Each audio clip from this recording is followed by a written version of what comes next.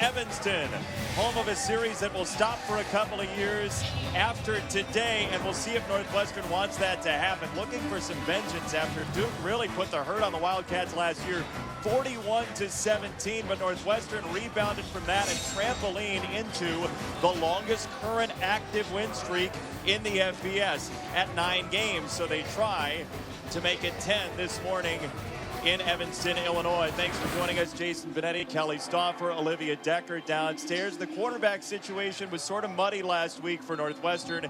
Clayton Thorsen, first 2 drives came out after that.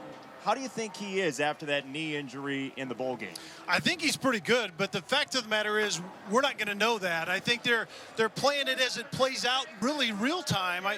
This is the deal, though. I think Clayton Thorsen certainly makes him different at that position. He has the experience. He's more aggressive. TJ Green can handle himself well. He's well versed in this system. This is what I think Clayton Thorsen is specifically dealing with as a player. When you have a catastrophic injury, it's about getting back to that moment where you no longer think about it. I don't know that he's there yet, but maybe one more series per half. We'll see what he does today. As Pat Fitzgerald told us, it's up to the doctors and for the mechanics of that and how they decide if he's going in. Here's Olivia. Well, Jason, it'll be series to series. It depends on the length of a drive. Anything over 5 plays, they'll look closer at. And the types of plays, run, pass, if he's scrambling. And then on the other side, how long Clayton's on the sideline in between. They're going to be using resistance bands throughout the game on the sideline to keep those muscles around the knee activated. And then head football athletic trainer Kevin Kikugawa is the only person to ask Clayton how he's feeling. And then Clayton himself gets a vote in how long he's out there. It's not impossible, though, to see him play the whole game. In fact, he told me he's ready for that. Yeah, he looks the part. We watched him in practice. He says he's ready to go a full game, and it's up to the player and the training staff. Pat Fitzgerald says, look, I just deal with the guys that are on the field. Yeah, and rest assured, Clayton Thorsen wants to go, and I think that's the big thing. And Fitz told us maybe one more series per half, but if he feels great, they're going to let the horse run. I believe that's the goal today. Duke won the toss and deferred, and 2 resurgent programs over the past decade battle once again here in Evanston.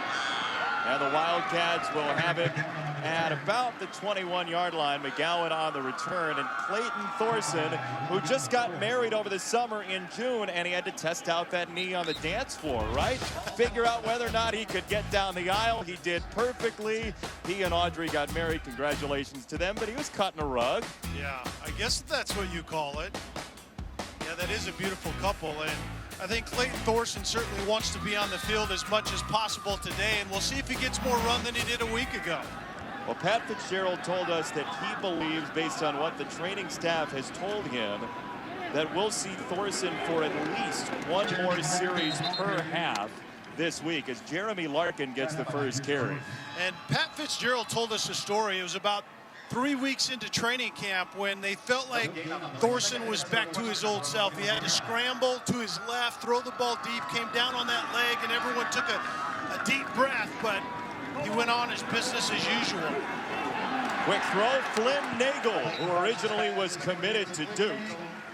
Tackled by Drew Jordan, and a depleted Duke defense with a couple of injuries today, including their strike safety, Jeremy McDuffie. Yeah, especially on that back end. And Duke was starting 2 new safeties this year that didn't have starting experience. So it'll be interesting to see how quickly Northwestern goes after that back end for Duke.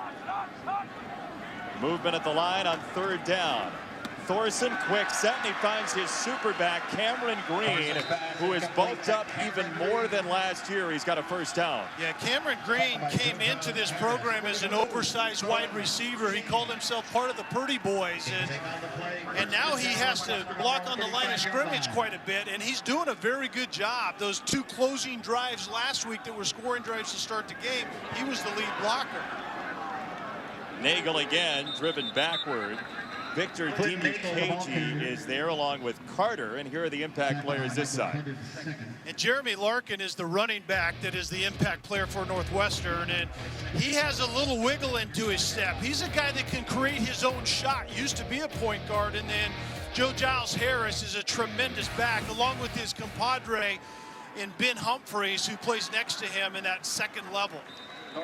We're talking to Jeremy Larkin about his basketball background. And he was a point guard, but he said he was the defensive intensity specialist. Yeah, and he's the running back RPO intensity specialist for this program, and he's elusive.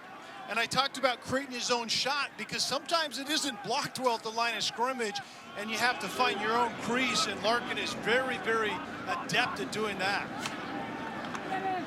Third down for Thorsen. He tests out the knee and gets out of the pocket to lob it for Nagel and a first down. Into plus territory. We said Nagel was originally a Duke commit. The Wildcats are waving that in their face on the opening drive. Yeah, this, to me, Jason, was all about Thorsen in the pocket. You talked about testing that knee, and as Nagel gets hit late on the sideline, but a slight climb in the pocket, move to his right, find the open receiver by keeping his eyes down the field. That was all really good stuff from that quarterback position.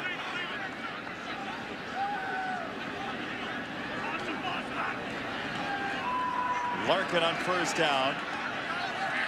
What's that moment like when you feel like the limb is back where it needs to be?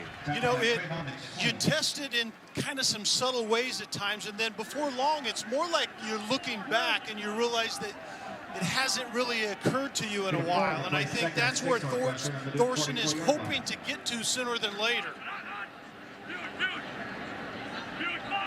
Eighth play of the drive for Thorsen.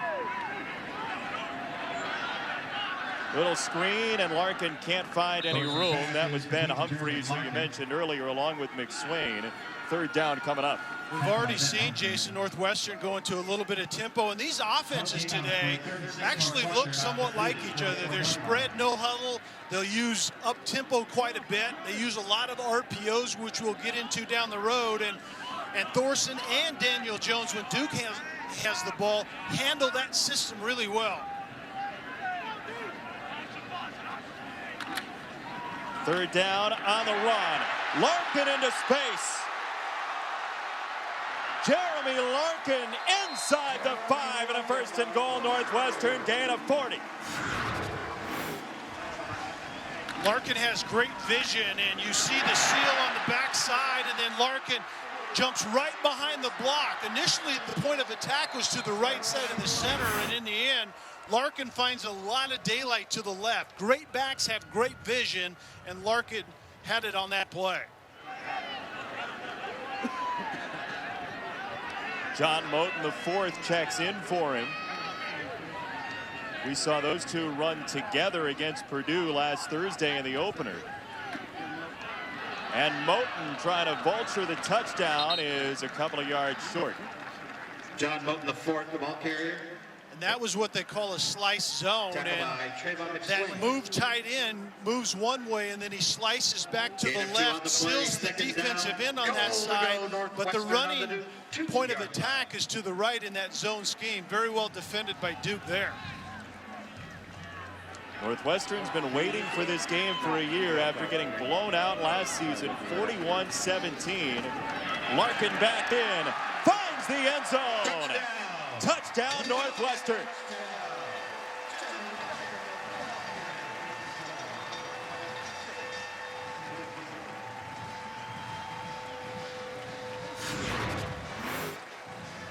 Well, a question mark for Northwestern's offense was their offensive line of scrimmage. Haven't exactly been buttoned up the last couple of years. The strength of Duke, conversely, is their front seven. Right now, offensive line for Northwestern won that first round of this game. Wildcats lost their leading rusher in school history, Justin Jackson, to graduation last year. Pat Fitzgerald walked by me at practice on Thursday and said, some folks are going to start asking why we weren't playing Larkin. He's so good. The kid from Cincinnati finds the end zone. Northwestern lead. Northwestern by 7, and Jeremy Larkin back-to-back 100-yard games and a strong start today. Yeah, that was a strong start for Larkin. It was a strong start really this entire season for that guy in this offense. Once again, the balance is what you think of Northwestern when they're really hitting on all cylinders, and they were 6 runs and 5 passes on that. Thorsen was very efficient, 5 for 5 in the pass game, 2 for 2 on third down. That's exactly the way Pat Fitzgerald wants his offense to run. When your first 2 games, you go 11 plays for a touchdown on the opening drive. That's good, right? Dad's got to be That's happy. good. Duke will touch it for the first time.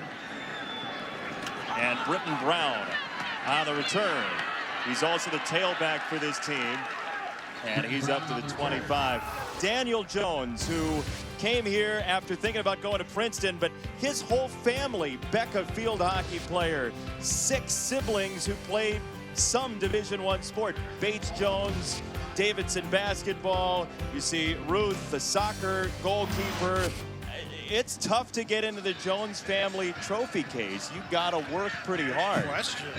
That's pretty impressive. And then you have Daniel, that was actually a walk-on, has been starting now, and this year in 2018 he's a team captain. That's a pretty good journey himself.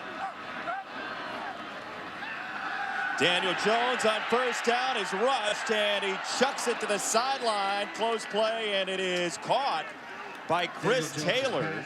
Joe Gaziano was bearing down on him, and it's 2nd and short.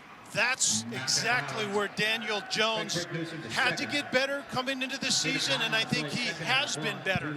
You have to redirect, set your feet, get the ball out when you're under pressure, and that's exactly what he did on that play.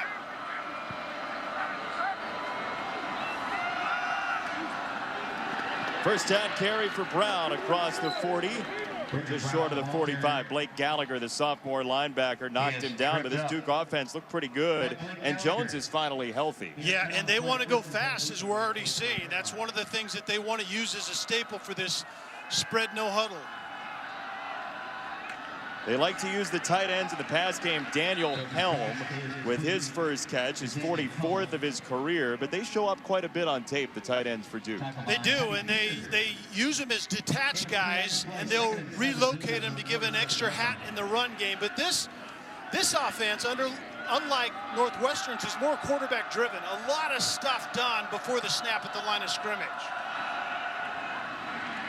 Time now for the impact players, and one on the outside, maybe inside as well for Duke. Yeah, the closest thing that Duke has to a go-to guy is T.J. Ramming, and he got off against this Northwestern defense. And then Patty Fisher, he's grown up, he's in his 2nd year starting, he's a sophomore captain. That simply doesn't happen very much. And Patty Fisher now knows how good he is, and he's playing like it early in this 2018 season. 3rd and 10. Jones fading away, has Helm, the tight end, and he dives for the first down. 2nd hookup between those two, and it moves the sticks. You know, Jason, we talked about T.J. Ramming at the top, but I think Daniel Helm is what makes his pass game different. He's a big-bodied guy that you can detach, and he becomes a mismatch, and I think his quarterback, Jones, is really comfortable with it. Quarterback draw for Jones. And he's just short of the marker. Patty Fisher with the tackle, one of 7 sophomore captains at the FBS level. And he's the entire package as a middle linebacker. If you could go into the laboratory and make one, he would come out looking like Patty Fisher. You think so? He would look a little less like you and a little more like Patty Fisher. Kind of like Pat Fitzgerald while you're at it, the former Northwestern linebacker. Minus the neck roll. Another tight end with the catch, Noah Gray, and McGee drives him out of bounds. Patty Fisher, who we kind of thought looked like Pat Fitzgerald, Fitz says Barry Gardner, the guy who played next to him during the Rose Bowl year. Yeah, that's because Fitz didn't want you comparing that guy, number 42, to him. Although they're very good, but Pat Fitzgerald said they played in a phone booth in his day. It was the neck roll generation, and Patty Fisher can play sideline to sideline. Deion Jackson tried to squirt through, couldn't get there. This is go for it territory right here. I think Duke needs something to energize their offense. I think Coach Cutt throws the gauntlet down right here. What's your call? My quarterback is a good ball carrier. I put him in a position, a perfect play is the RPO. Theoretically, if Daniel Jones makes a good decision, you got a great run or a great pass. Tight end Copenhaver in motion. It's Britton Brown, the tailback for a first down inside the 35 and a gain of 3. Yeah, that was all about getting more mass in the game, more tight end type bodies leading the way, and then counting on Britt Brown to just find a little softness. That's all you're looking for to convert. It's not necessarily a gash or slide to softness, convert, and let's get after it again. 9th play of this Duke drive after the 4th down conversion. Jones to throw with time over the middle. He's got Lloyd once again, and another Duke first down. I like the way Jones spins it. You do? We were down on the field and we were talking about that. Play action to his left, come back, and he has levels to his right. One deep, and the one he ended up throwing was to Lloyd underneath. We were talking about it during the week. Duke is kind of looking for that elevation. We saw Alex Hornibrook last week, that elevation in the game for Jones, who's now a redshirt junior. Yeah, and Olivia hit on it. It's about being more accurate because you're throwing technically more sound, fundamentally more sound, because he understands what he's doing. But the big kicker is his guys up front have to keep him healthy. The last time he was healthy last year was against this team in week 2, and he lit them up for 300 and 100 respectively. That rib injury really hurt him. He said during the week that it was the deep ball that it stung him most on. We've seen the intermediate stuff go well so far for Jones, but Duke is still scoreless after 1. Northwestern on a Jeremy Larkin touchdown has the only points so far this afternoon in Evanston. 7-0 Northwestern after 1. Welcome back to ESPN College Football, presented by Edward Jones. Northwestern, a 7-0 leader after the Wildcats got beat pretty bad by Duke last season. But the Blue Devils trying to tie the game. They're on the 12th play of this drive in a quick first quarter.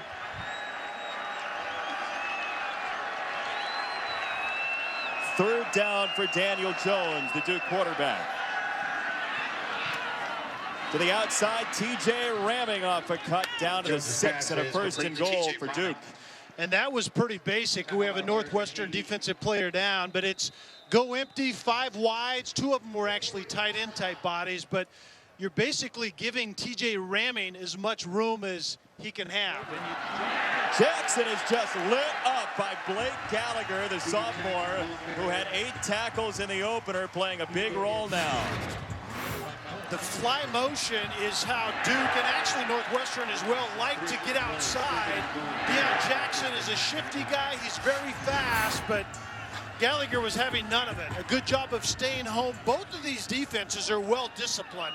It's hard to get leverage on either one of these defenses out here today. That was a sledge-o-matic on first down.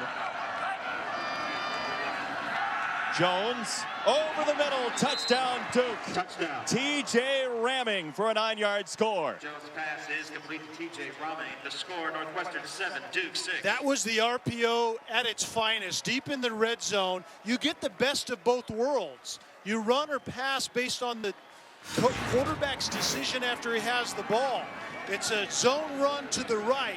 If a linebacker steps up, as he potentially is going to, you have the route by ramming, the slant inside.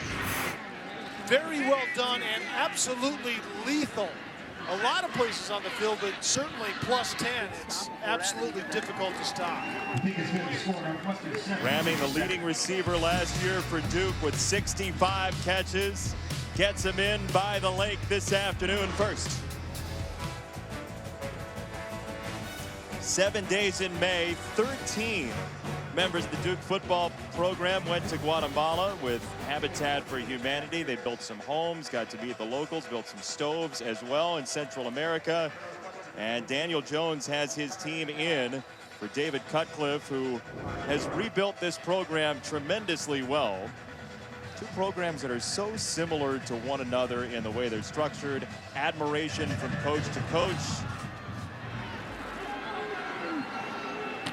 As the kickoff goes to McGowan.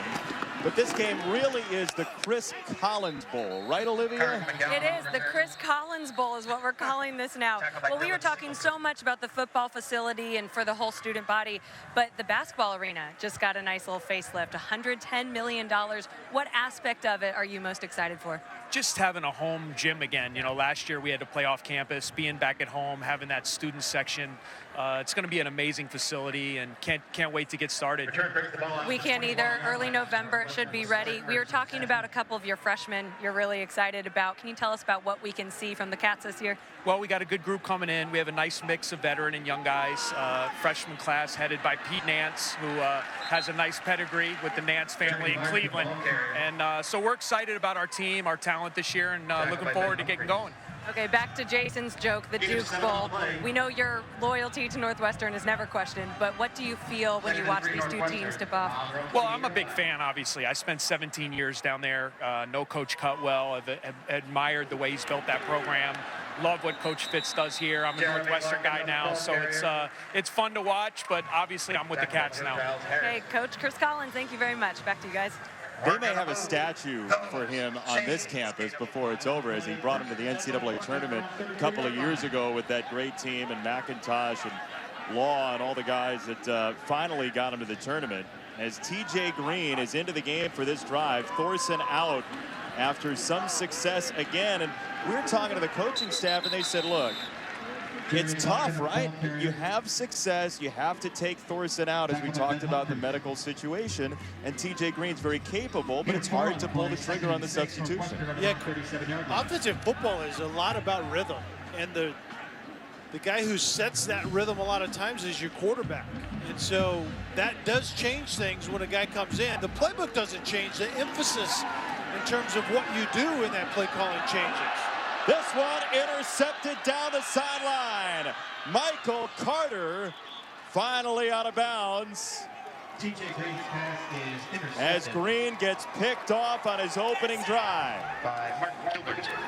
And TJ Green was just a little bit late on that throw. It's wide outside, and if you're late and you leave it inside, this is exactly what can happen. Carter cuts underneath of it. It's a design roll left, and sometimes you have to speed up your roll to get the ball outside. And so TJ was a little bit late. The ball was left inside. It gives Michael Carter the opportunity to jump in front of it.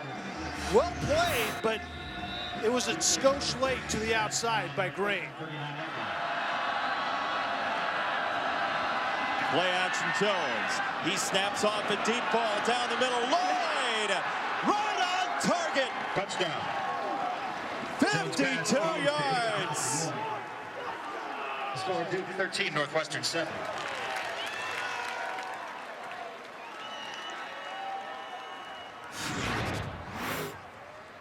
The quick transition offense. You get the ball back once again, play action, the middle of the field open, and you have a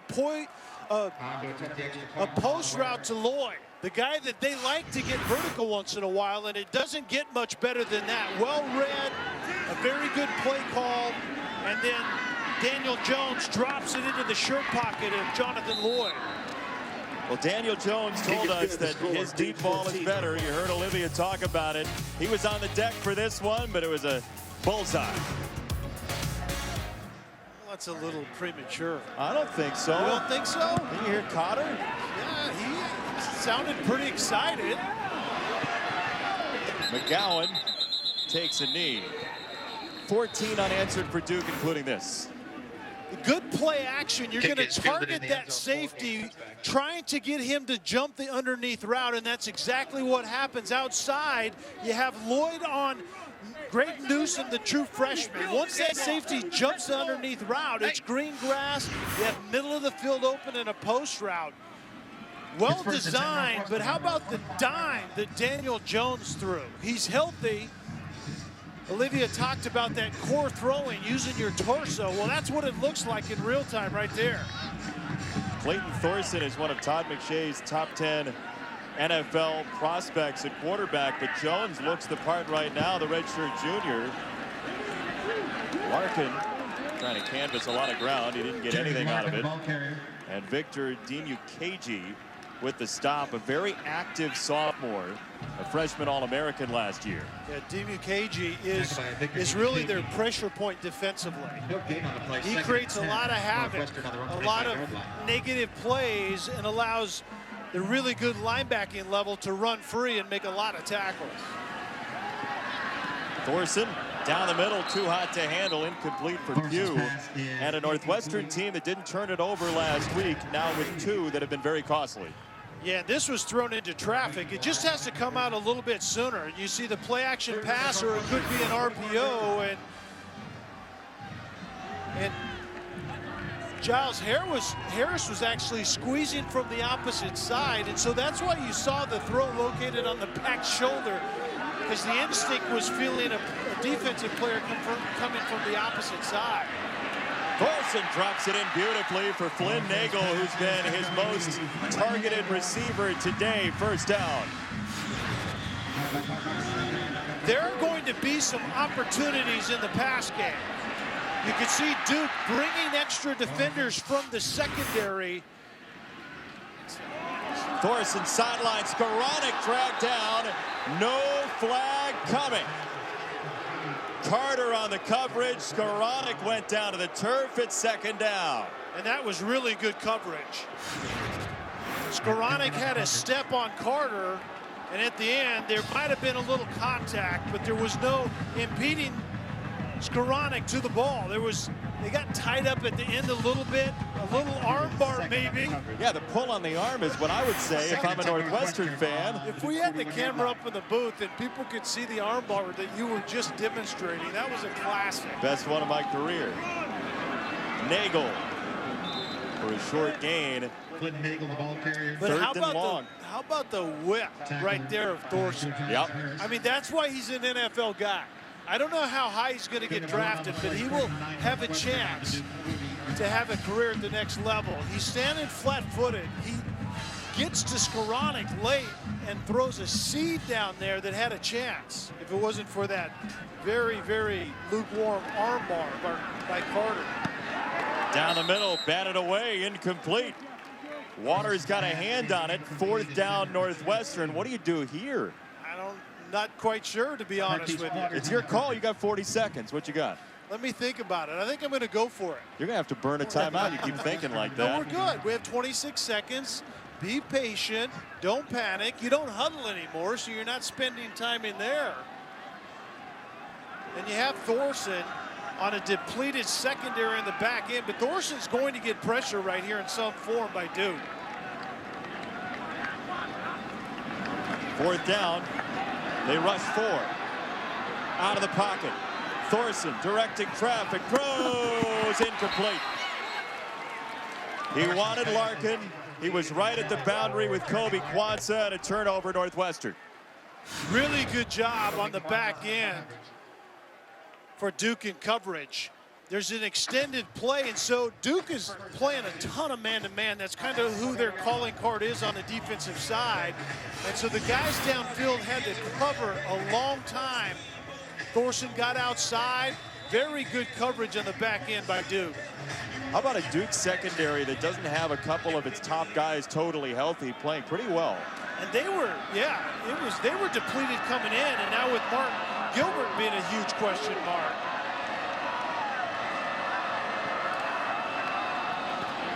Jackson on the run, and he gets a couple. ESPN app now with ESPN Plus. Get more ESPN and download now.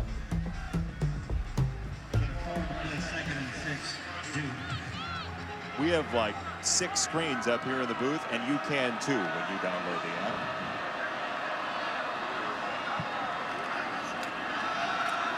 Again, Jackson running hard, just short of the marker. Jackson, the ball carrier.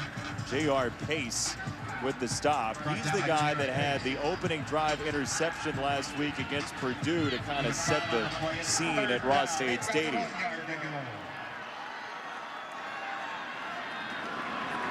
First down for Duke, and Pace was the guy Jackson, who got that first turnover, got the team rolling, and Northwestern in a spot at Purdue with one of the best crowds they've had in a long time, an up-and-coming program in the Big Ten, and Northwestern withstood that to get an opening week win.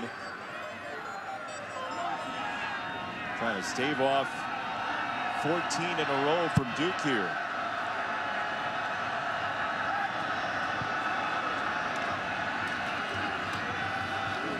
Run again and get more big yardage across the 40. Deion Jackson for a gain of 8. Yeah, Zach Harmon from his center position actually pulled on that one and led that play. Actually, he's in playing at right guard. He played right guard last year and was center to start this game, but right now he's in at right guard, but pulled kind of a G play.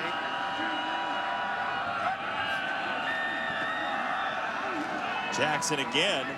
Well, they had Britton Brown go down in the third quarter of that Army game last week on Friday, and they thought it was a pretty significant injury.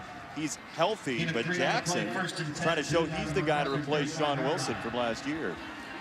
Yeah, and Jackson gives something a little bit different than Brown. Brown's more of a physical guy, and he tends to cut fairly early. He's decisive, and Jackson can be a home run hitter. He's pretty shifty. Jones down the field in traffic. Beautiful ball to Gray, the tight end, inside the 10. To Noah Gray. 26 yards on that hit. And Gray out of the really wingback position runs somewhat of a wheel route. You had a post clearing out the inside safety, and then Gray gets kind of in that void, and very well thrown by Jones. Brown to the 7. Brown, the ball carrier. This Duke offense looks all the part of what we saw last year against Northwestern. Yeah, and they're in rhythm on this drive. They ran it early, some timely passing. They mix in that RPO scheme, and rhythm is the king of things on the offensive side, and especially if you want to go fast, and that's what Duke is doing on this drive, using pace to their advantage. Jones, end zone, touchdown. Beautiful one-handed grab by Davis Copenhaver, the tight end, and that position was lethal on this drive. The score, Duke 20, Northwestern 7. Well, Jason, the last scoring drive was that RPO. Remember, they stick the ball in the belly of the running back, invite those linebackers up, and in this time it's Copenhaver over the top. RPOs are lethal down there because the second-level linebackers have to get lathered up to step in their gap to defend, and then they get play-action pass, in a sense, right over the top. He beat Patty Fisher. Copenhaver, who had labrum surgery a couple of years ago, is the third tight end who's made a catch in the game for Duke. Great academic institutions, but you can come here and play a high level of football. And then the facility in particular here now at Northwestern, that's a game changer. But I love that. And then the guys that hit both programs. I mean, they are absolutely fantastic leaders of men. Fair catch. Clayton Thorsen, 27 seconds to play with. Remember, Duke gets the ball after halftime. To the outside, he's high, and that's not going anywhere. Skoranek the catch. Blackwell velcroed to him. And Mick McCall, the offensive coordinator, said, we don't care about the win. We want to push, but there may not be enough time to push. Under 10 to go. Thorsen down the center. Larkin gets a screen from the umpire, and Larkin inside the 45 at the end of our first half.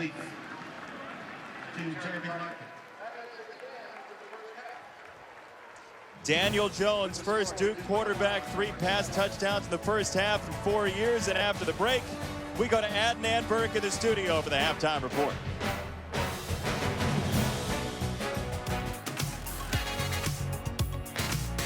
Welcome back to ESPN College Football, presented by Edward Jones. By the Lake, the visitors lead 21-7. Duke trying to make it 2 years in a row with a big win against the Wildcats. And as we rejoin you, Jason Benetti, Kelly Stauffer, Olivia Decker downstairs. How do you think the 2 quarterback thing went in the first half for Northwestern? we're not doctors. We talked to Pat Fitzgerald yesterday, and we don't exactly know how this is figured out, but I think they're doing right by the player, which is obviously what we want. But this is the effect on the field, is it's hard to get in rhythm. When you have momentum, then all of a sudden you don't when another guy comes in, especially when they come in and turn the ball over. You can't gauge when the momentum is going to be important and when Green is going to come in based on Thorsen's health. They withstood it last week at Purdue. They have not so far, and Duke will get the ball to begin this second half. Britton Brown in the end zone decides to be discreet, and we will go downstairs to Olivia.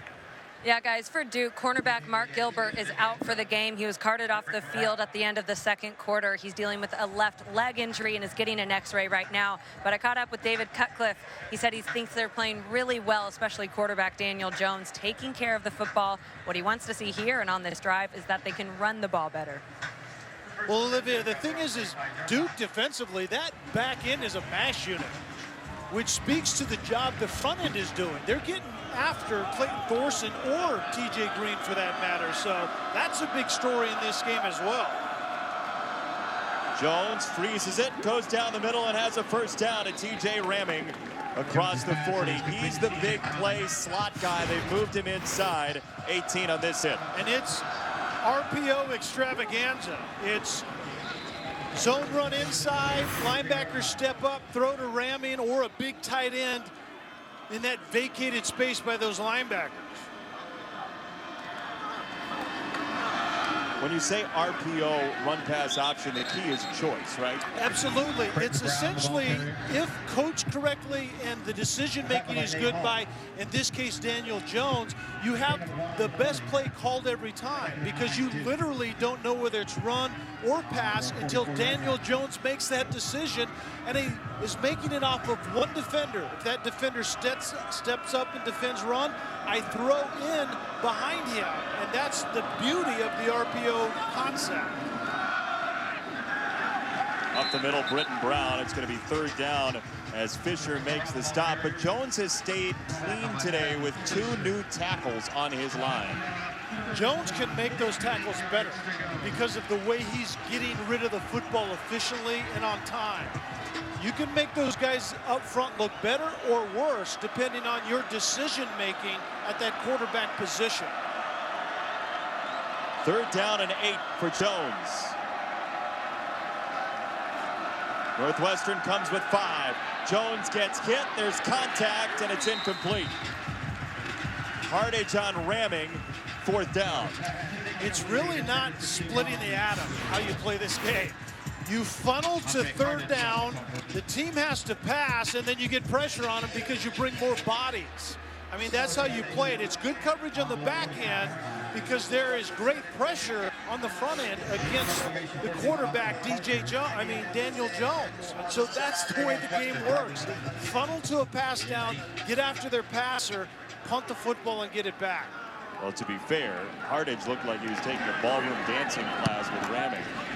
A lot of contact, but no flag, as there's a fair catch for Riley Lees, and the Wildcats are backed up on their first drive of the second half.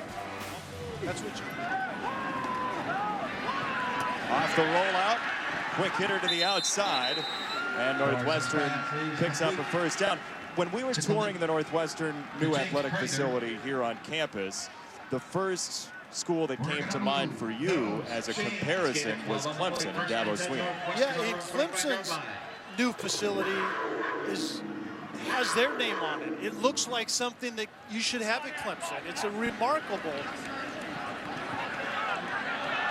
Deep ball down the middle. This is caught, first down, and then some. Flynn Nagel. Great find against Leonard Johnson, 32 yards. And Leonard Johnson is the nickel safety in there trying to cover Nagel. And it's that depleted secondary once again. And I think if Northwestern can protect Thornton, there are going to be opportunities on the back end.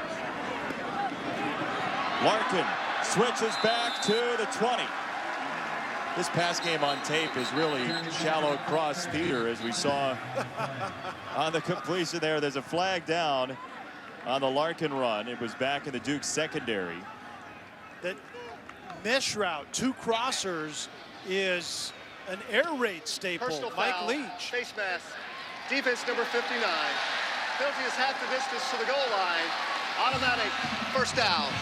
That is Trey Hornbuckle, the junior from Murray, Kentucky, with a costly penalty. And you saw Larkin on that last run make a safety that was running downhill in a hurry miss, and that's typically what you get out of him. And now Larkin playing quarterback as they set up. Duke allowed to substitute, as Northwestern did. Larkin and Moten together. Larkin to the 5. That's like giving the ball to LeBron at the point. Everyone clears out, and then there really is no point of attack. He does what he wants to do. That's what that play's called, I think, in their playbook. Do what you want to do after you get it in your hand, right? It's a little long. Yeah, create your own shot is what the name of that play is. Play number 9 on this drive. Thorsen split out wide. Larkin running that direction, and he runs out of room. Dinu Keji with the stop for Duke, flowing over there, 3rd and goal. And taking a little bit too much time. Larkin has really good vision, and he's a patient back. At that time, there was just nothing up front. A good job of Duke kind of fitting their gaps, staying home, and nowhere to go. And then the backside caught up with him. Well, we asked how the 2 quarterback system's going. It's actually a 3 quarterback system if you include Larkin. And we forgot about number 28. Thorsen back behind center. 3rd down, he has to use his feet, and he whips it out of bounds. Uncatchable. Nagel the target. Again, the secondary for Guerreri and Duke playing well. Now I think if you're Northwestern, you need to get 3 on the board right here, but it appears that Pat Fitzgerald is going for it once again. He's got a very accurate kicker in Charlie Kubander. I did not like the look of those 3 red zone plays by Northwestern. Exceptional red zone defense, on the other hand, by Duke. 4th and goal for the Wildcats. Thorsen again under duress, and down he goes. Drew Jordan the sack to stonewall the drive.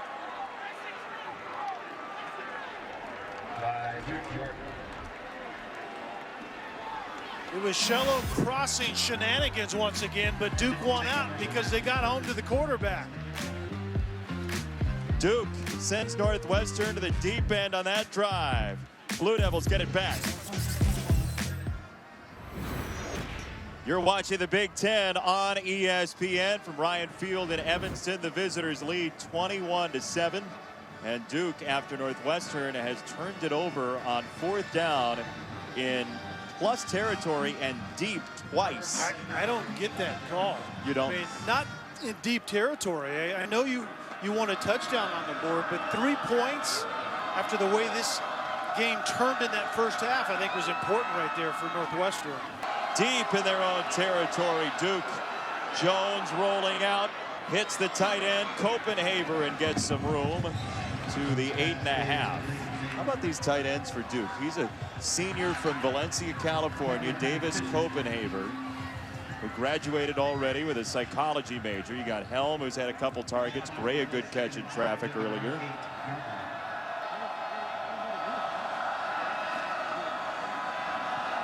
Jackson on 2nd down, right into the line. It'll be 3rd and a couple. Yeah, this I think is a really important down for Northwestern in this game as a whole. They have a chance to get off the field as their defense, and Northwestern's offense probably inherit a pretty short field at 3rd and 3 right here. We haven't seen Daniel Jones as the runner late. We'll see it if we see it on 3rd and 3. He's got Copenhaver in the slot, ramming in motion. Jones wants Ramming, who doubled back to make the catch off a spin, and he is crushed. J.R. Pace read it well, ramming the whole way, but nothing there. Well defended on 2 fronts. First of all, contain Daniel Jones because he can run it, but the epicenter especially on third down and in the red zone, is TJ Ramey. So find that guy and defend him well, and Northwestern does on that play. It was Nate Hall who slowed him down, the young man who's back from both ACL and shoulder injuries in the end of last season. Parker once again to boot it. It's kind of a half-fair catch, but legal above the shoulder for Riley Lees. Northwestern again, strong field position. We'll see if they can pay it off after this. Back here north of Chicago, but Pat Fitzgerald, the Northwestern head coach, is from the south side of Chicago. He grew up watching Sox games, so you guys decided to come to my neighborhood last night. That was a great time. We had a wonderful time. And what is Olivia doing in that picture, by the way? She stole some. Is that Steve Stone's headset she has on there? It actually is Steve Stone's headset. She's trying to take either my job or his or both. But thanks for coming. Appreciate it in my other life. Thanks for hosting us. It's good to see where you actually come from. I'm just glad we got you an Italian beef, like a real Chicago Italian beef. With hot peppers. It was gone in like 37 seconds. TJ Green in at quarterback, and he is dragged down again. Pressure from the Duke line, Terrell Lucas, the junior. Well, guys, don't forget Pat Fitzgerald worked at Wrigley Field. He may be a White Sox fan now, but that's where he held a summer job, 95 to 96. He says while all of his friends were going to work at the Chicago Board of Trade, he was watching over bachelor and bachelorette parties. And the toughest part of that job, which he laughs was not tough at all, was minding that people just left the game. It was hard to get him to leave. It took every bit of restraint for me not to jump in at the beginning of that when you said Cubs and say, thanks, Olivia. Yeah. Jeremy Larkin, the ball carrier. I was thinking the same thing. But by Joe Giles Pat Harris. looks very fondly on that, and he's not a Cub hater, right? I mean, he's a Chicago guy. So to his credit, he understands how important baseball is to this town. Yeah. Yeah, that was a good time.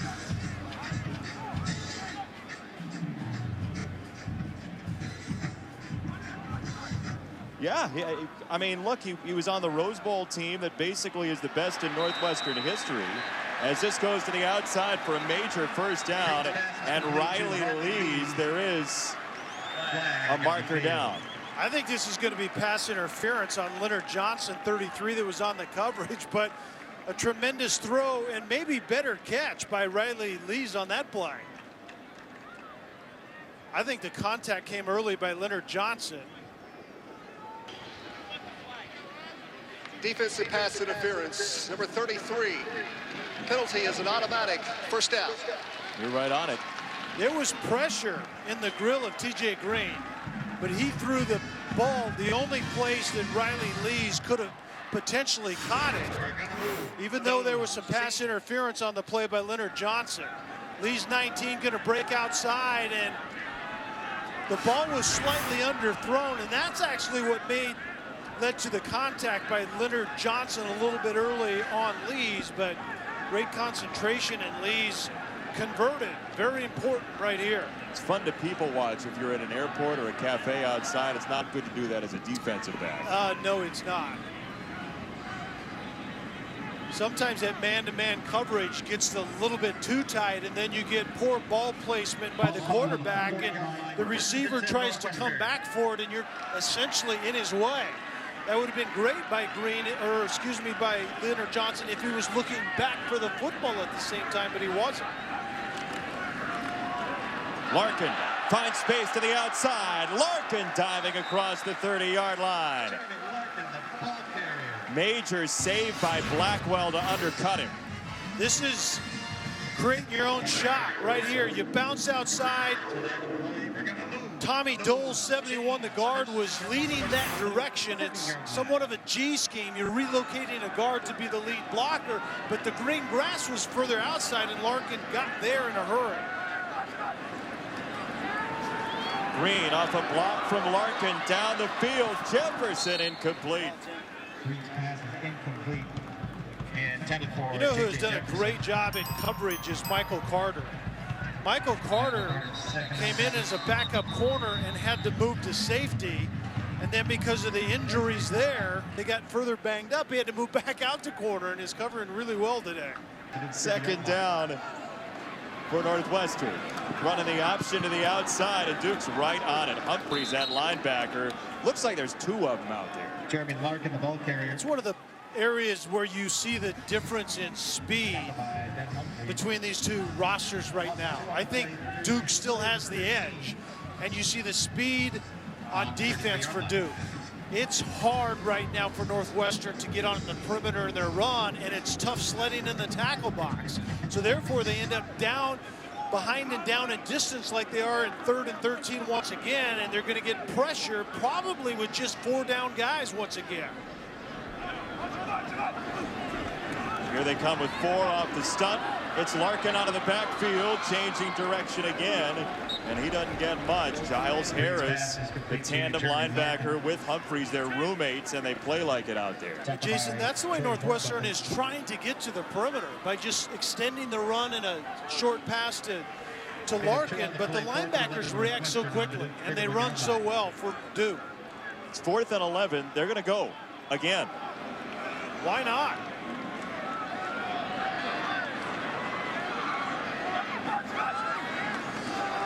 Green to throw.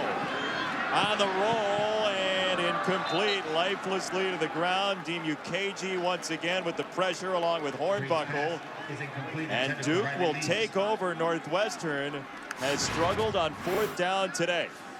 And the reason teams struggle on 4th down or even 3rd down is it's 3rd and 4th and long. The defense knows what you're doing, and Duke just gets lathered up and gets after TJ Green in this case.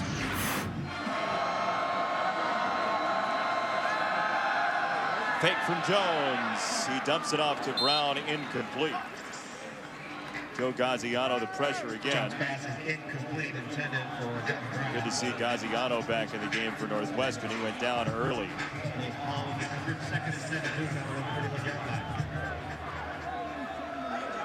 Duke had the opening win against Army, trying to make it 2-0.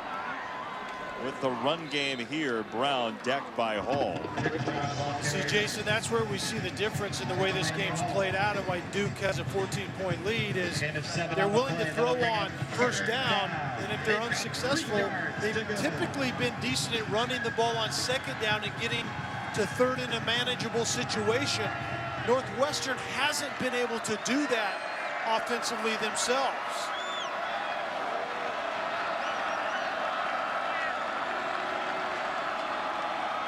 Jones on 3rd down. Gaziano's coming, and he wraps him up. First sack for Northwestern is the junior from Mass. Graziano got pressure on the quarterback on 1st down by beating number 70 Christian Harris, and that's exactly what he does right here. And Jason, you said it earlier, new tackles for Duke, how do they respond? And they haven't been under pressure a whole lot, but they're a veteran group in terms of age, but experientially they're still trying to find their way. The quarterback at Northwestern has been hit a lot, or excuse me, at Duke has been hit plenty the last 2 years, just like Thorsen has at Northwestern. And with that, the 4th 3 and out in the last 5 series for Duke. Northwestern will get it back when we come back, but the Duke defense has been very good today. 21-7, the Blue Devils after 3 quarters.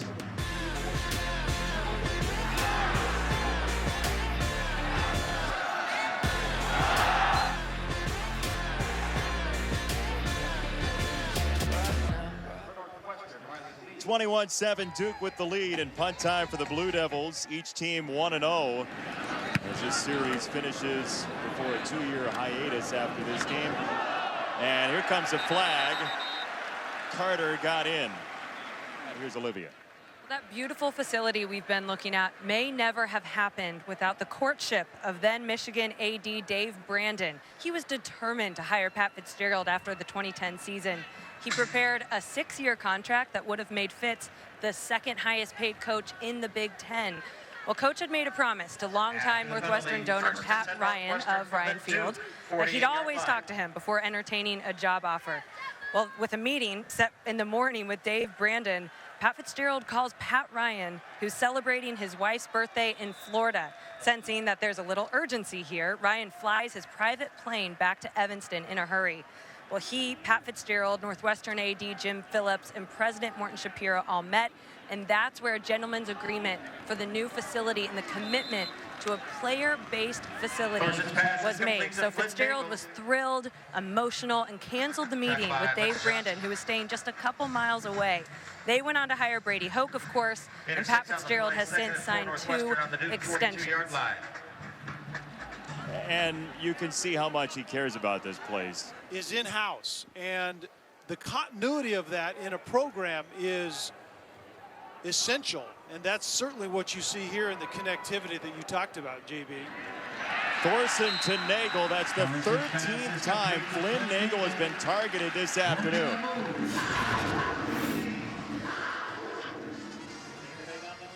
Nagel is just the inside receiver breaking out, but the key to me is Thorsen getting time.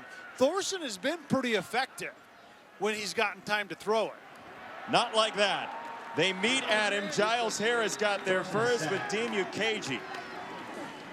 And this is what Duke does. When you have success throwing the football, they're going to add one more and bring him, and the one more is Giles Harris.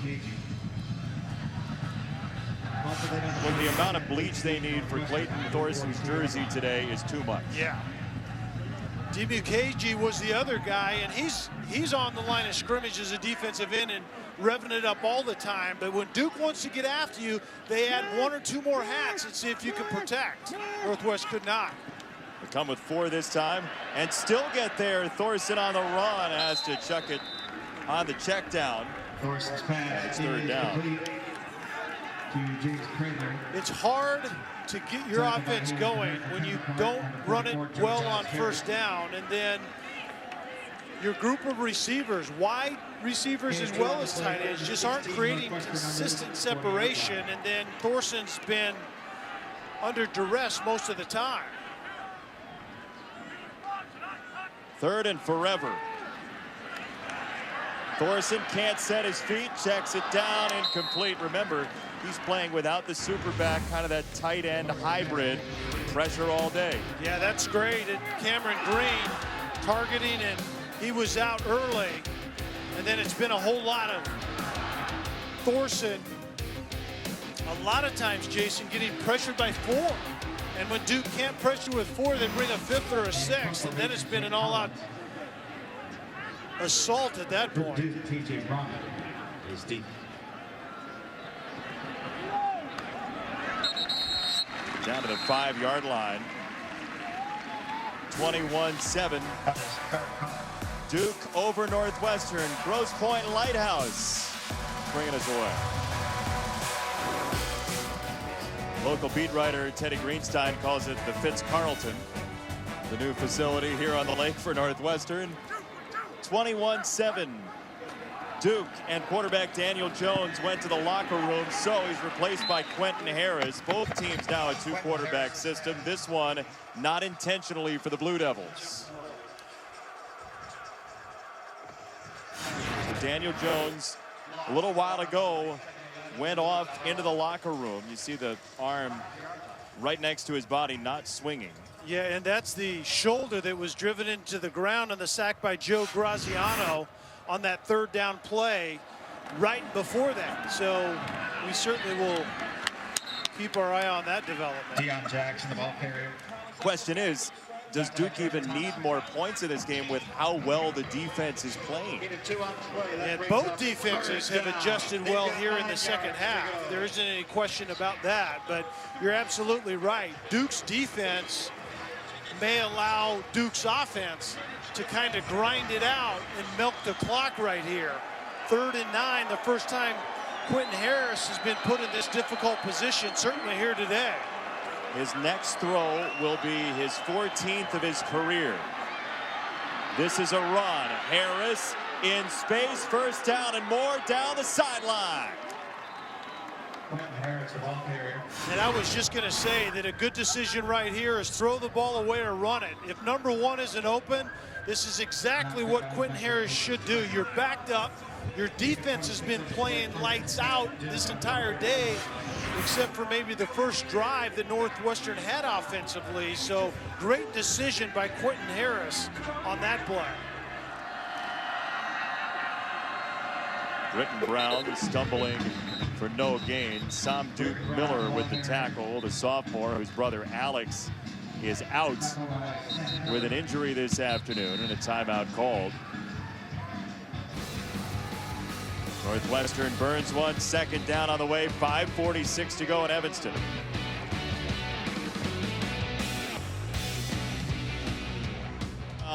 We thought we had a Devils versus Cats rivalry, but what we really have here in Evanston is cats and dogs.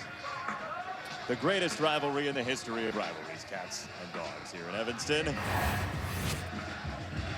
And now time for a championship drive update brought to you by Dr. Pepper. Kelly's got nothing to say about that. I was wondering how you were going to get to this. Jonathan Taylor, 15th time a 250-yard game in Wisconsin history. Such great running backs. Monte Ball, Ron Dane, Mississippi State with a lead. Kyler Murray, they're going to have to wait in Major League Baseball to get him, don't you think? Yeah, he can throw it. There isn't any doubt about it. That 253 for Jonathan Taylor is a career high. Out of a running back that gets volume carries and has a lot of numbers like that. He had a couple big runs in the game we had last week, but didn't look like the every down, ram it down your throat guy. And part of that was the offensive line, which clearly is playing better. Oh, yeah. And really a huge part of it was the offensive line. Things were just muddied up, and Western Kentucky was willing to do that. Stack the box and try to hold up outside. Jonathan Taylor is going to, as the season goes along, his offensive line can still run into looks like that. They just didn't do a very good job of it in week one. Third down 10, 5:46 to go. Harris in for Jones at quarterback, and he runs. Not much daylight. Nate Hall with the last lick on him. Fourth down, do you use that final timeout or do you save it here? The answer seems to be that Northwestern will use it. With no harm on the scoreboard so far, Riley Lees has been clocking in quite a bit. And this touchback will give Northwestern the ball with 5:32 to go. David Cutcliffe, Pat Fitzgerald, been here a long time, each school more than 10 years, but they first got to know each other in the 1997 Citrus Bowl. Cuts there with Tennessee. Pat Fitzgerald, the neck roll, as we talked about, couldn't stop Peyton Manning with his feet. How often do you say that? Yeah, where is Fitz on the contain right there on Manning? That probably wasn't his responsibility. I'm just going to go with that. David Cutcliffe at the time was the quarterback coach for Tennessee. They've gotten to know each other very well. They talk about not X's and O's, but the game itself. They're on the AFCA Board of Trustees, and they've gotten to be very good football friends. TJ Green to Flynn Nagel. He's been the constant today for Northwestern. 16 yards on that hit. Green is in. The backup quarterback with completion number 3 for him this afternoon. You don't get head starts in this game. You have to wait until the ball is snapped. Green, quick throw, a little bit high.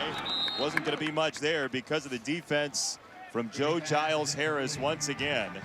A staple on this Duke defense. And this is another situation where this offense is really missing Cameron Green, the super back that's an oversized wide receiver. Was kicked out in the first half due to targeting. Larkin out of the backfield. They try to get it to the playmaker, and he stood up in bounds. Green's pass is complete to Jeremy Larkin. Third down coming up. What's your call here? There's just no splash plays to be had. And that's really what they need right now. Third down is, it's going to be 2-down territory regardless, I would assume. But you have to create separation down the field, and in the meantime, Duke's going to try to light TJ Green up again. Green had time this time to the sideline and caught. What a grab by Jokio Bowman, dragging the foot for a first down. Jokio Bowman, this ball led him out of bounds, and the question is going to be, does he have possession and get a foot down? It appears that he drags both toes successfully, but the replay booth isn't happy with it. Moving down to 4 minutes to go. Larkin in motion. Green looks him off and goes to the edge.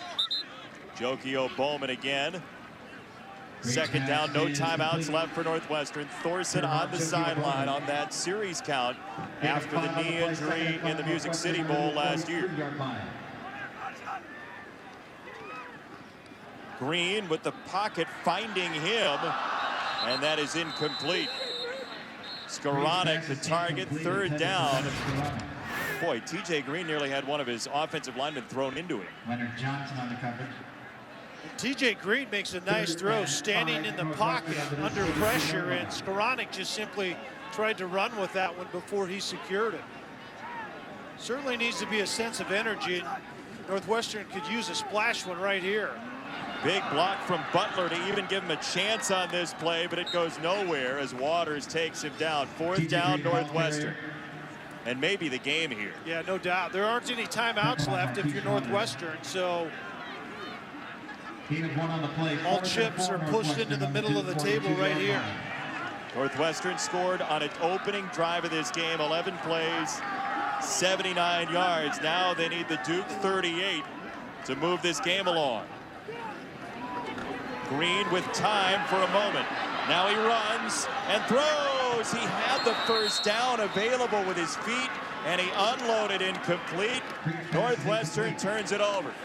Yeah, JB, you said it exactly right. TJ Green does a great job of climbing in the pocket, eludes pressure, and I just think there was that moment that he doesn't quite know if he can get there to the line to gain or not. There's a defensive tackle chasing him. I think you're right. I think he could have made the line to gain, but instead he tries dropping it over the receiver down the field and just, I think, a little bit too far for, I believe it was J.J. Jefferson. Kelly, that's the fourth time Northwestern's turned the ball over on downs in this game. And remember, one of them, they gave up a very makeable field goal, which I thought was the time that you wanted to get points on the board.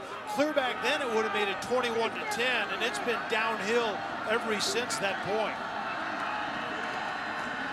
Jackson into the pile. Duke content to sap out time. Jackson, the ball carrier. Trying to make it 2 in a row against Northwestern after the Wildcats took the 2 before last year. Jackson on second down. Up the middle for 2. Third down coming up, and Jones was so sharp. Oh, man. And he was sharp in this matchup. Last year we talked about it, and it was really the last time he was healthy. Somewhat ironic that in this game this year he goes down, and that left shoulder, I've had both of them separated, and I'm not saying his is, but that left shoulder, obviously if you're a right-handed thrower, you can come back maybe a little bit quicker. You can do some things that you couldn't do if it was your throwing shoulder, but who knows the way that thing's going to play out. But he looked really, really sharp here today.